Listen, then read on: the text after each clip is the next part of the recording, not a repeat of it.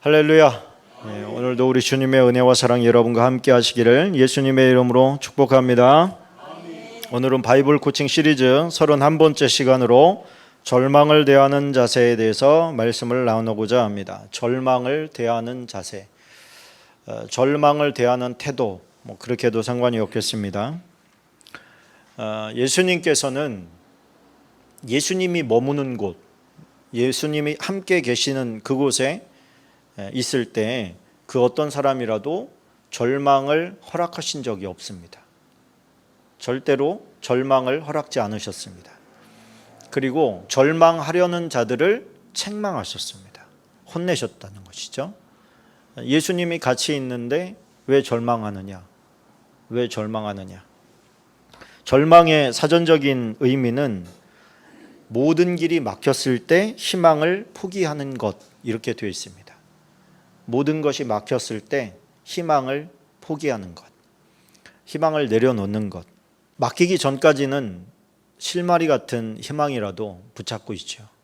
그런데 그것마저 끊어져 버리면 더 이상 희망을 갖지 않습니다. 예수님이 사랑하셨던 나사로와 그 가정, 마르다와 마리아, 이 세 명은 주님이 사랑하신 사람들이고 또 변변찮았지만 그 마을에 갈 때마다 그 집에 묵으면서 또 사람들, 몰려온 사람들에게 복음을 전하던 그런 가정이었습니다. 하나뿐인 오빠가 시름시름 알아가는데 예수님께 사람을 보냈는데도 예수님이 오시지를 않는 거예요. 그러니까 아플 때는 예수님이 하도 많은 병자들을 고쳤으니까 예수님만 오시면 해결될 거다, 이렇게 생각을 했습니다. 그래서 예수님 좀 빨리 와달라고 사람을 보냈는데 예수님께서 오시지 않으셨던 것이죠. 이틀을 더 유하셨습니다. 제자들도 다시 돌아오는 것이 두려웠습니다. 왜 그러냐면 예수님을 죽이고 제자들까지 잡아 죽이려고 하는 그런 어떤 사태를 면하기 위해서 갔던 것인데 지금 이쪽에서 나사로가 병들었으니까 빨리 와달라고 얘기를 하니까 제자들도 가기가 두려웠던 것이죠. 다시 거기를 가야 돼요? 그 위험한 곳, 지금 우리를 찾아서 헤맬 텐데 거기에 갔다가 들키면 다 죽을 수도 있는데 거기를 다시 가잔 말입니까? 예수님께서 나사로가 잠들었다, 그렇게 얘기합니다. 그랬더니 잠들었으면 일어나겠지요? 그랬더니 예수님께서 죽었어, 이렇게 얘기를 하는 것이죠. 그래서 나는 간다 그랬더니 우리도 같이 죽으러 가자, 그러고서 왔던 것을 보게 됩니다. 지금 그렇게 해서 온 거예요. 왔는데 유대인들은 시체는 부정한 것으로 여기기 때문에 시체는 죽자마자 장사를 지냅니다. 그러나 그 집에서는 손님들을 받고 또 영접하고 이렇게 이제 집에서 장례를 치르는 것이죠. 근데 마을 안에다가 시체를 둘 수 없기 때문에 그 부정한 것은 마을 밖에다가 항상 장례를 지내게 되어 있습니다. 근데 예수님께서 오셨다라는 얘기가 상갓집에 들린 거예요. 근데 마르다는 벌떡 일어나서 예수님이 오셨어요, 그러고 막 뛰쳐나갔습니다. 근데 예수님께서 마을 밖에서 안으로 안 들어오시는 거예요. 마리아는 오는 손님들도 있었을 것이고 이미 있었던 손님들도 이제 있었던 터라 상주니까 아마 그냥 그 자리에 있었던 것 같습니다. 그런데 예수님께서 마르다가 온 것을 보고, 보통은 상갓집에 들리게 돼 있잖아요. 상갓집에 들러서 이제 조문하고 위로하고 이렇게 하는 것이 어떤 순리인데 예수님께서는 아예 상갓집에 들어올 생각도 안 하시는 거예요. 그러니까 마리아는 예수님이 들어올 줄로 생각하고 있었는데 안 오신단 말이에요. 안 오시고 마르다를 보내서 부릅니다. 마리아 보고 오라고 해라. 그래가지고 마르다가 다시 와서 예수님이 너 오래, 그래가지고 벌떡 일어나서 같이 마을 밖으로 가게 되는 것이죠. 예수님께서는 마르다를 만났던 곳에서 움직이지 않고 기다리고 계셨다, 성경이 그렇게 이야기를 하고 있습니다. 그러면은 여기에서 어떤 상징성이 나타나는 한 파트인데 절망을 당한 거잖아요, 지금. 병들었을 때는 예수님께서 고칠 수 있지만 돌아가신 다음에야 뭘 어떻게 하랴. 지금 딱 그거거든요. 우리가 일말의 희망을 가지고 있을 때 그 희망에 대해서 요거를 통해서 주님께서 뭔가를 하시면 될 것 같은 그런 믿음은 우리가 있을 수 있죠. 그런데 그것이 만약에 아니라면 하나님도 어쩔 수 없지, 이렇게 생각하는 게 또 인간의 마음이 있어요. 마치 아브라함이 아내가 경수할 때야 그래도 나이가 먹어도 애를 가질 수 있겠지. 그런데 경수가 끊어졌어요. 이미 오래전에 끊어졌어요. 근데 무슨 애가 생겨. 이렇게 하나님에 대해서, 하나님의 능력을 아직 뭐하니까? 아직 깨닫지 못하고 있으니까. 이 사람들도 지금 똑같은 거 하고 있는 거예요. 우리가 이 인생을 살아가는 것은 예수님이 어떤 분인가를 알아가는 것이 인생일 수도 있습니다. 우리는 예수님을 믿고 있고 신앙생활을 하고 있지만 예수님이 어떤 분인지 사실은 마리아와 마르다 같이 믿을 때가 많이 있다는 거예요. 실제적으로 그분이 얼마나 위대하시고 그분이 나를 위해서 어떤 일들을 해 나가실 수 있는지는 별로 관심이 없어요. 그것도 내가 어떤 한계를 딱 정하는 거예요. 내 이성과 내 생각의 한계를 딱 정해놓고 이 안에서는 뭔가가 일어날 수 있겠지. 뭐 감기 정도야 나을 수 있겠지. 그러나 큰 병은 하나님도 힘들지. 그리고 이제까지 안 고쳐주시는 거 보니까 뭐 고쳐주실 생각이 없는 것 같아. 이렇게 어떤 선을 그어놓고 하나님 앞에 나아가는 모습들이 많이 있는 거예요. 하나님께서는 그거 깨기를 원하시는 줄로 믿습니다. 예수님께서는 항상 칭찬했던 믿음이 어떤 것을 돌파했을 때 칭찬을 하셔요. 뭘 돌파하느냐? 백부장의 믿음. 그전에는 예수님께서 오셔서 머리에 손을 얹고 뭔가를 해줘야 기적이 일어나고 이적도 일어나는 줄 알았는데 이 백부장은 뭐라고 그래요? 말씀만 하시옵소서. 그러면 될 줄로 믿습니다.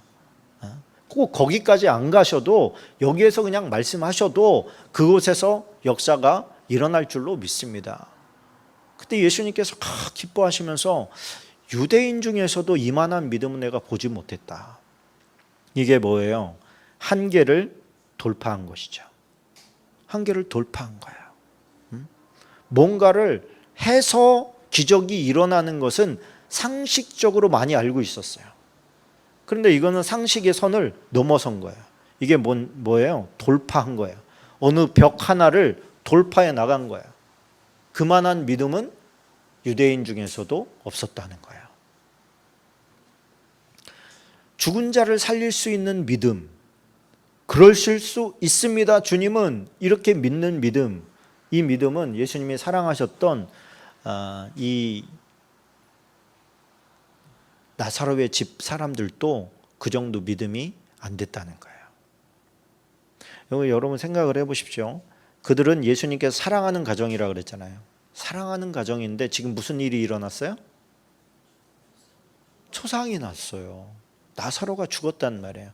예수님이 사랑하는데 어떻게 이런 일이 일어나요? 일어나요. 일어날 수 있단 말이에요. 우리가 생각할 때 신앙생활 잘하는 사람에게는 나쁜 일, 굳은 일들이 하나도 안 일어나야 될 것 같이 생각을 하지만 그런 일들도 일어납니다. 그 사람이 무슨 죄를 짓고 범죄해서가 아니라 그것마저도 하나님의 영광으로 쓰시려고. 할렐루야. 그 사람이 만약에 죽었어요. 그래도 하나님은 선하신 거예요. 그래도 하나님은 선하시다. 이렇게 우리가 믿어야 되는 것이죠. 그래서 우리의 생각이잖아요. 하나님을 잘 믿으면 나쁜 일은 절대로 일어나지 않을 것이다 라고 하는 생각도 우리 생각이에요. 성경에서는 그렇게 얘기하고 있지 않은데 우리는 그렇게 막 믿어버려요. 그리고서 그런 일이 벌어지면 이런 일이 어떻게 벌어질 수가 있냐고 하나님을 향해서 또 원망하는 모습으로 나아갑니다. 성경에 그런 일이 일어날 수 있다고 지금 보여주고 있잖아요. 그런데 그런 일이 일어났을 때 우리의 태도, 자세는 어때야 되느냐. 지금 오늘 그 얘기를 하고 있는 거예요.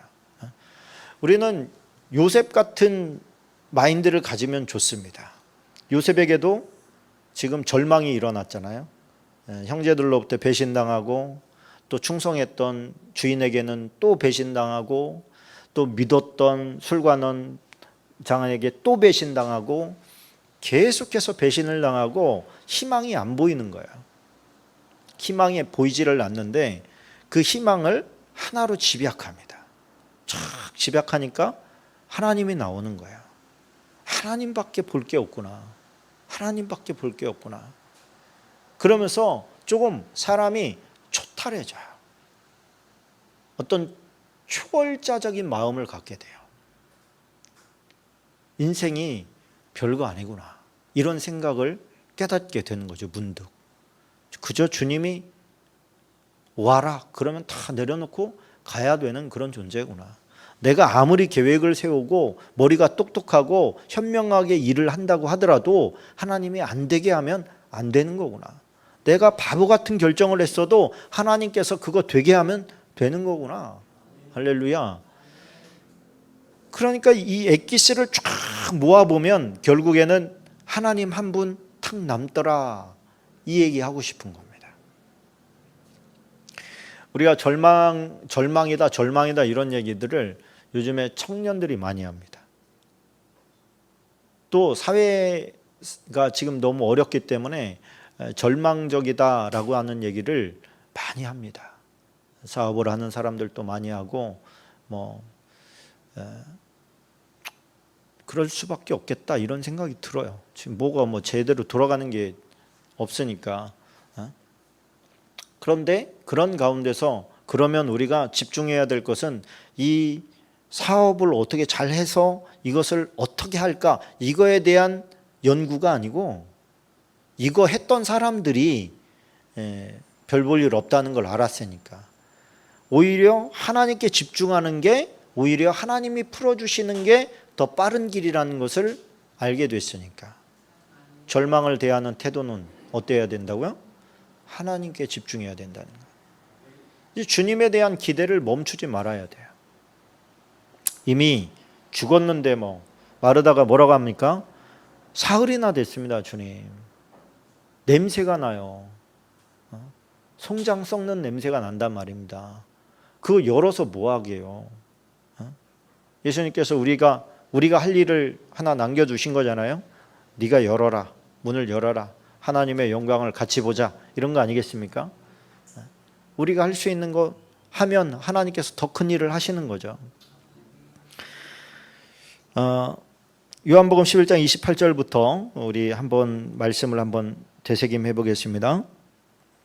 이 말을 하고 돌아가서 가만히 그 자매 마리아를 불러 말하되 선생님이 오셔서 너를 부르신다 하니 마리아가 이 말을 듣고 급히 일어나 예수께 나아가매 예수는 아직 마을로 들어오지 아니하시고 마르다가 맞이했던 곳에 그대로 계시더라. 자, 요한복음 11장 32절을 한번 보겠습니다.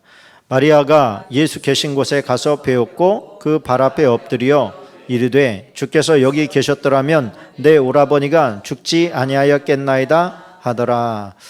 여러분 이게 마리다의 솔직한 고백이거든요. 저는 이 솔직한 고백들을 참 좋아해요.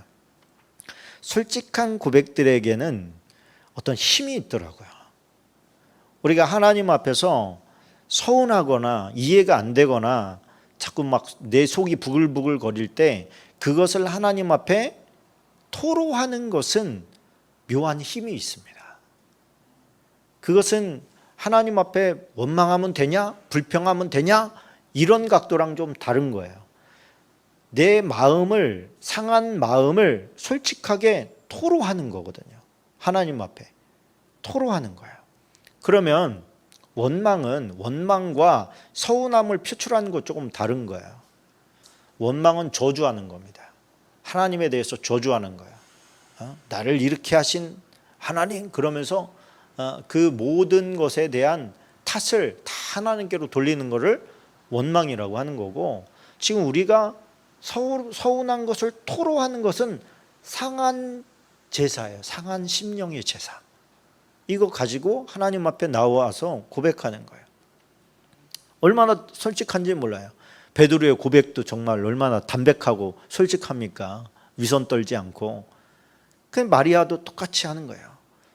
예수님 여기 계셨더라면 우리 오라버니 안 죽었을 텐데, 우리가 오락할 때 안 오신 거 서운해요, 이런 거죠 지금. 우리의 믿음의 한계입니다. 우리가 예수님께서 우리 곁에 와주시기를 바랄 때가 있어요.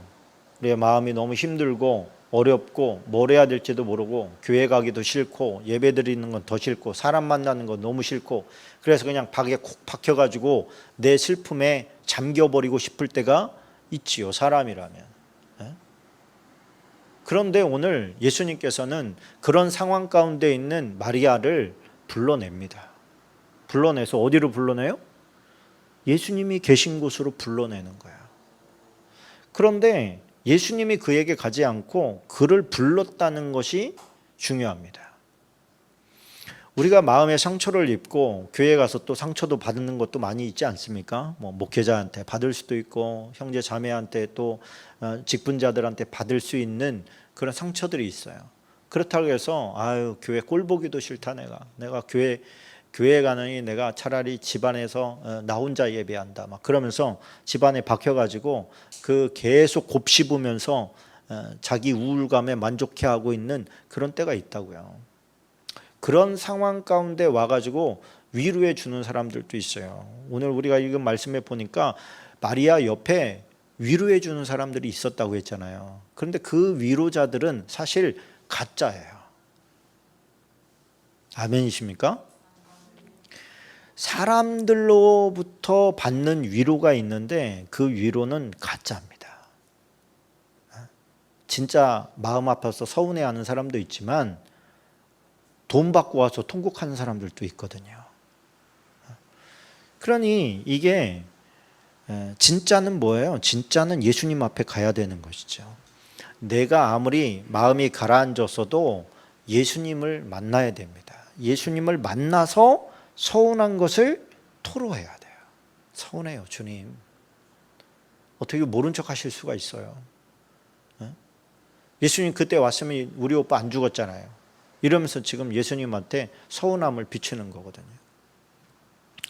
여러분, 교회에 와서 하는 것은 하나님께서 용서하실 줄로 믿습니다. 무릎 꿇고 기도하는 가운데 서운한 거 고백하는 것은요, 예수님도 다 인정하셔요. 우리의 마음을 위선 떨면서 거룩하신 이렇게 안 나가는 게 오히려 좋은 겁니다. 요한복음 11장 6절, 나사로가 병들었다 함을 들으시고 그 계시던 곳에 이틀을 더 유하시고. 할렐루야. 여러분, 우리가 생각할 때는 이때 예수님이 해주셔야 돼, 이때 예수님이 도와주셔야 돼, 이게 있잖아요. 이때 지나면 소용없어요. 주님, 이거 있어요, 없어요? 이 타이밍이라는 게 있잖아요. 타이밍이라는 게 내가 정해놓은 타이밍, 또 어떤 일이 맞물려 돌아갈 때 꼭 그 시간까지는 뭔가가 되어야 되는 그 타이밍. 그래서 왜 사람들 간증할 때 보면 하나님께서 정말 기가 막힌 시간에 그냥 언제까지 뭐를 내야 되는데 그 전날 막 탁 채워주고 이런 간증들 나오고 그러지 않습니까? 그런데 제가 경험한 하나님은 조금 약간 핀트가 안 맞아요. 하나님의 때가 있는 것 같아요. 하나님의 때가. 뭐예요 이게? 그때 왔으면 주님 다 해결됐잖아요, 이렇게 얘기하는 거거든요. 근데 우리가 생각하고 있는 시간을 고집할 때가 생각보다 많아요. 지금 해주셔야 돼요, 주님. 지금이 아니면 안 됩니다. 소용도 없고요. 이런 생각이 막 드는 것이죠. 근데 지금 예수님이 병들었다는 얘기를 들으시면서도 예수님께서는 이틀을 더 유하시고. 그러면 일부러 그러셨다는 거예요. 일부러. 지금 설교하고 있는 이런 내용을 지금 전달하고 싶은 거예요, 예수님이. 네가 정한 때가 아니어도 괜찮아, 그런 것이죠. 할렐루야. 네가 계획하고 있는 그때가 아니어도 괜찮아. 올해 안에는 뭐 결혼하게 해주세요. 뭐 이런 거. 얼마 이 올해 안에 얼마는 꼭 뭐 돈을 벌어야 돼. 이런 것들. 네가 계획한 대로 안 돼도 괜찮아. 나는 너를 책임지고 있어. 나는 너를 지켜보고 있어. 모든 생명은 내가 주관하고 있어. 할렐루야. 우리 생각을 예수님께서 모르신다고 생각하면 안 됩니다. 우리만 못한 게 아니에요. 우리가 기도할 때 네가 그렇게 기도했냐? 아이고 내가 이제 알았다. 야, 네가 기도해가지고. 그런 분이에요? 이미 아셔요. 너에게 무엇이 있을지 이미 알고 계시다고 하나님께서 말씀하셨잖아요. 너희는 그런 거 구하지 마라. 하나님의 나라와 의를 먼저 구해라. 그 세상 사람들이 구하는 거 너네들은 구할 필요 없는 것들이야. 왜? 아버지가 알고 계시거든 이미. 그런데 그거를 모르고 있는 것처럼 막 얼마나 우리가 간절히 알려드립니까? 근데 예수님 몰라서 그러신 거 아니에요. 내가 그래야만 한다는 생각을 내려놓을 때까지 안 들어주실 겁니다. 만약에 사랑한다면. 이런 경우는 초신자들은 잘 들어줘요. 그렇죠? 그래서요, 그런 기도는 초신자한테 부탁하면 좋습니다.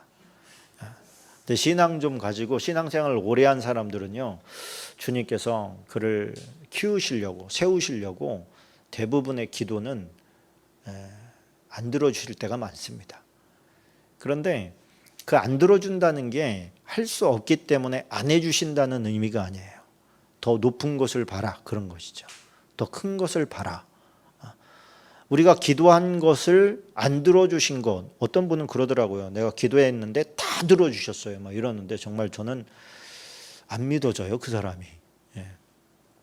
안 들어주시는 것도 있거든요. 그러나 우리는 하나님을 사랑하잖아요, 그죠? 그래서 네가 죽었냐? 안 들어줘서. 그거 아니란 말입니다. 하나님께서 뭐를 말씀하시려고 하시는가? 기도를 나는 되기를 원했는데 아버지는 그게 아닌가 보네. 그러면 주님 제가 뭐를 할까요? 어떻게 할까요?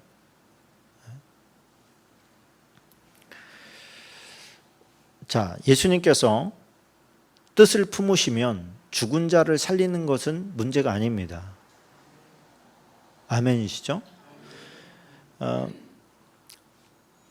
죽은 자를 살린다는 것은 예수님의 권세가 죽음보다 크지 않으면 일어날 수 없는 일입니다.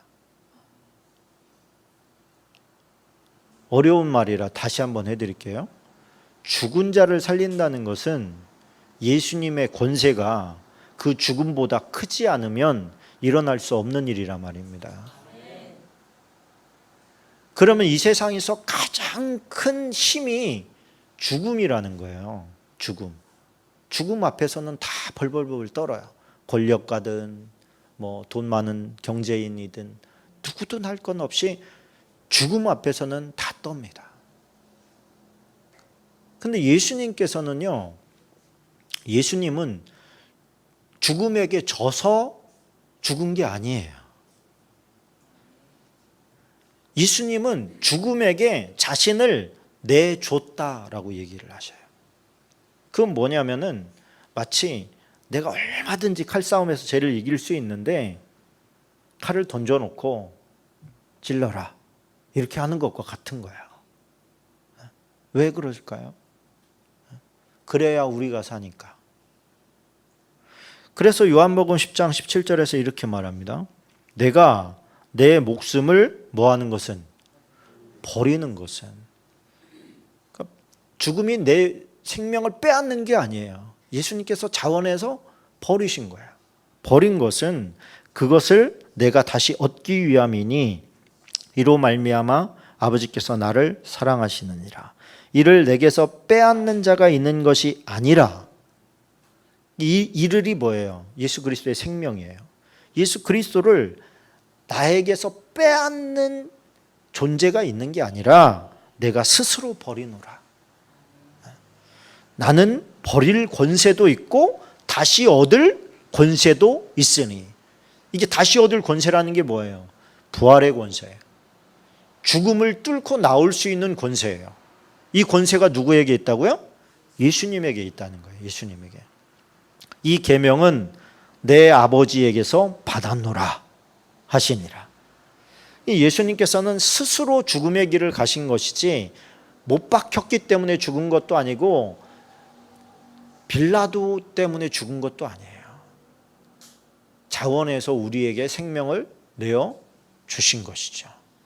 그러니까 예수님도 죽을 수 있는 존재냐? 예수님은 죽을 수 있는 존재가 아닙니다. 죽음이 저 아래에 있는데 죽음이 어떻게 예수님을 이겨요? 이길 수 없어요.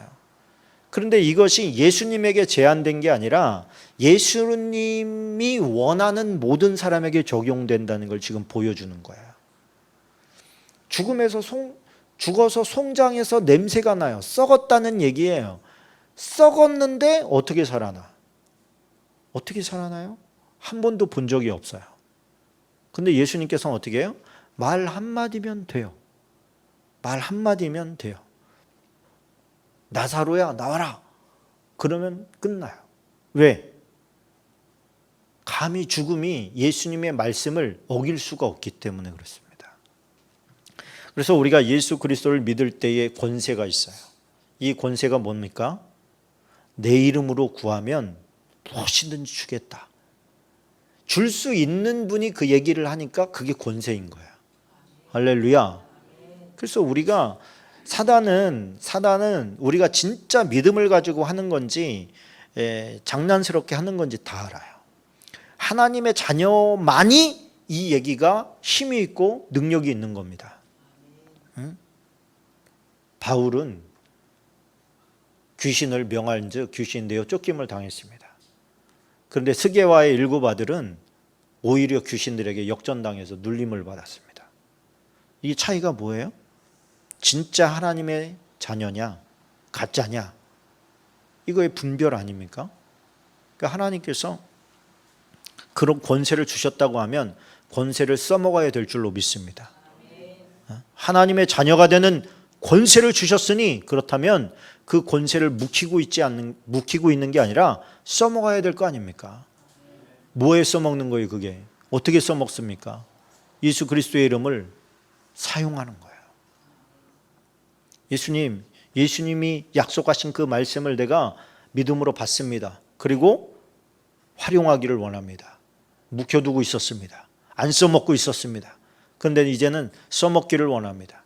그것이 그 힘이 비록 연약하게 나타난다 할지라도 계속해서 써먹겠습니다. 계속해서 선포하겠습니다. 믿음으로 선포하겠습니다. 믿음이 없지만 생길 때까지 선포하겠습니다. 할렐루야. 이렇게 할 때 성령께서 역사하십니다. 절망을 대하는 자세, 태도는 하나님께 집중하는 것입니다. 결론은 늘 성령님입니다. 성령님 나를 도와주십시오. 이 말씀 앞에 내가 믿음으로 반응할 수 있도록 나를 이끌어 주십시오. 우리는 절망에게 빌빌빌빌 거리잖아요. 그런데 그 가운데 예수님이라고 하는 존재가 딱 끼어버리면 이거는 이제 더 이상 내 문제가 아닌 거거든요. 기도라는 게 예수님을 내 앞에다 이렇게 세우는 거예요. 문제가 이만큼 거대한 골리앗이 있는데 그 가운데다가 예수님을 이렇게 딱 세우는 거예요. 예수님 나 대신 싸워주세요. 나는 부족합니다 아직. 주님께서 대신해 주세요. 우리 주님이 있는데 죽음이 어디 예수님 앞에서 까붑니까? 예수님이 원하는 사람을 살려내지 못한 사람이 있나요? 예수님께서 마지막 날에는 다 일어나라 그러면 다 일어나는 거예요. 온 지구상에 지금까지 살았던 모든 존재가 다 살아나는 거예요. 오늘 예수님께서 우시는 장면이 나옵니다. 예수님 예루살렘 미래에 망할 것을 보시면서 내다보시고 웃었고 오늘 이 사람들이 도대체가 믿음이 없는 모습을 보시면서 우셨어요. 예수님께서 눈물을 흘리게 하는 사람이 믿음 없는 사람입니다. 예수님이 슬픔 때문에 우신 게 아니에요. 그렇게 많이 얘기했는데, 그렇게 많이 알려줬는데 그런 상황이 딱 도래하면 예수님의 말씀은 완전히 다 어디론가 사라져버려요. 그리고 다시 원위치 돼 있어요. 세상 사람과 똑같이 생각하고 똑같은 모습으로 그러고 있어요. 예수님께서 우시죠. 마리아야, 너 맞아. 뭐 이런 생각이 들죠. 도대체 그동안 얘기했던 것은 너에게 무슨 의미가 있는 거냐? 우리가 하나님을 믿고 말씀 신앙생활하고 성경도 읽고 기도도 하는데 어떤 일이 뽕 터지면 세상 사람들이랑 똑같이 반응합니다. 여러분, 오늘부로 그러지 않기를 결심하시기를 바랍니다. 하나님, 나 하나님의 사람입니다. 절망으로 대하지 않겠습니다. 돌파할 과업으로 삼겠습니다. 예수 그리스도의 이름으로 돌파하겠습니다. 주님이 나에게 힘 주시면 돌파하겠습니다. 할렐루야. 갈렙의 믿음을 가지고 하나님께서 내어주시는 광활한 땅을 얻으시는 여러분들 되시기를 예수님의 이름으로 축원합니다. 축원합니다. 네, 우리 이 문제를 놓고 한 5분 정도 같이 기도하고 주기도문으로 마치도록 하겠습니다. 주여 한번 외치고 기도하겠습니다.